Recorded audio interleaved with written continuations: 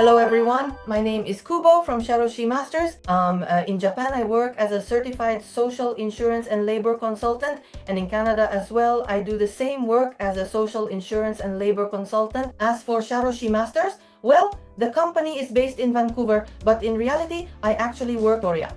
So the situation is that the company is currently based in Vancouver and I perform my daily work in Victoria. Additionally, I maintain a professional office located in Japan as well, which is where I conduct my business operations. So right now, I am actively working in real time, seamlessly connecting my work in both Canada and Japan. Therefore, as a certified social insurance and labor consultant, I hold a national qualification that allows me to handle pension-related tasks like these. With your authorization, I am able to carry out these duties on your behalf as my professional work, managing matters such as pensions for you.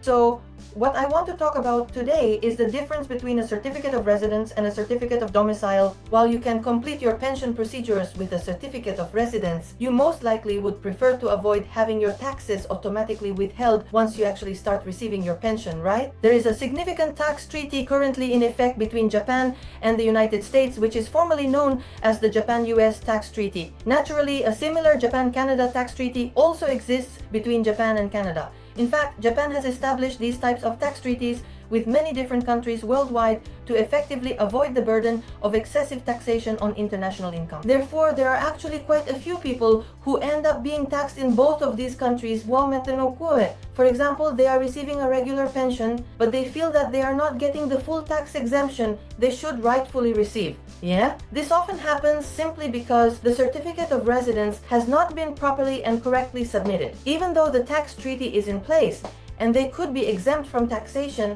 many people are unable to complete the necessary procedures due to this specific issue. And since this entire process is directly related to official certificates, even though you can generally apply online from your computer, it often takes a considerable and frustrating amount of time for the certificate to actually be issued. Even though you are doing it all online, I frequently hear about specific cases where the entire administrative procedure takes about 2 full months, which really makes you stop and wonder why it takes so incredibly long in this day and age. And while you're waiting, the certificate you currently have expires. If you attempt to maintain the certificate as valid, then the other one becomes invalid and so on. Certificates have a specific validity period, so I really hope you'll carefully examine this validity period and make the necessary arrangements to acquire the next certificate in advance if you think it's necessary. As I have previously mentioned to you, we handle comprehensive pension-related services in actual real time both in Japan and Canada. So please feel free to entrust all of your important matters to us with complete peace of mind. We also hold national qualifications. With over 35 years of experience working as a certified social insurance and labor consultant in Japan, I am now doing the same work here in Canada, backed by that track record. So if you have any concerns or questions about pensions, please feel free to consult with us at any time. If you scan the QR code, you can join our official line account. If you have any questions or concerns, please contact us through there and I will be sure to respond personally. Please feel free to reach out to us at any time. Well then, see you again in the next video.